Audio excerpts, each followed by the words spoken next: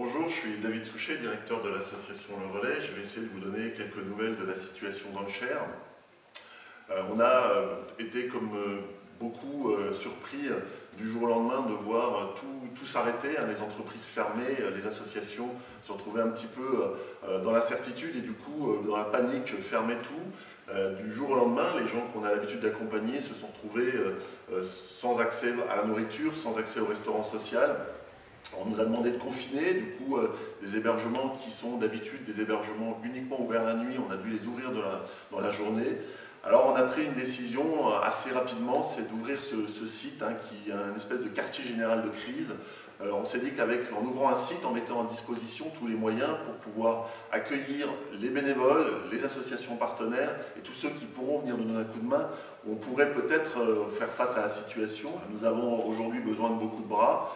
Les gens sont toute la journée enfermés dans nos locaux, qui sont des locaux un peu vétustes, très exigus, pas adaptés à du confinement. On a dû fermer les locaux collectifs, pas d'accès à la télévision. Donc on se demande aujourd'hui s'il ne va pas falloir installer des télévisions dans les chambres, parce que sinon les gens s'ennuient, la tension monte. Ce qui est de l'organisation plus pratique, alors on a réussi à faire installer un évier. Alors trouver un artisan aujourd'hui, c'est pas simple.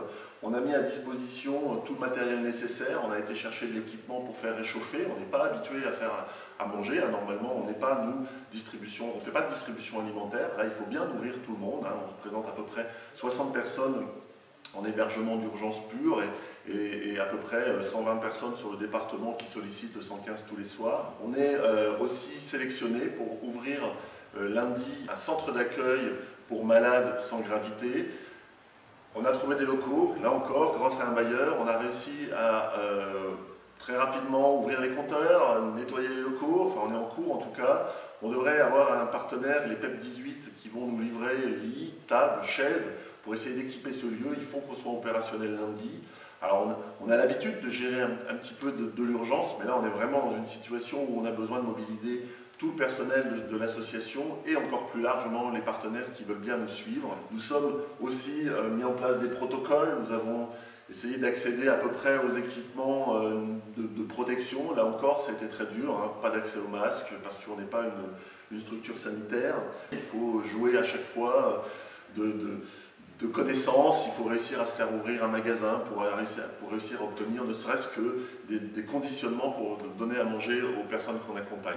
Donc voilà une situation à la fois compliquée et à la fois plutôt maîtrisée.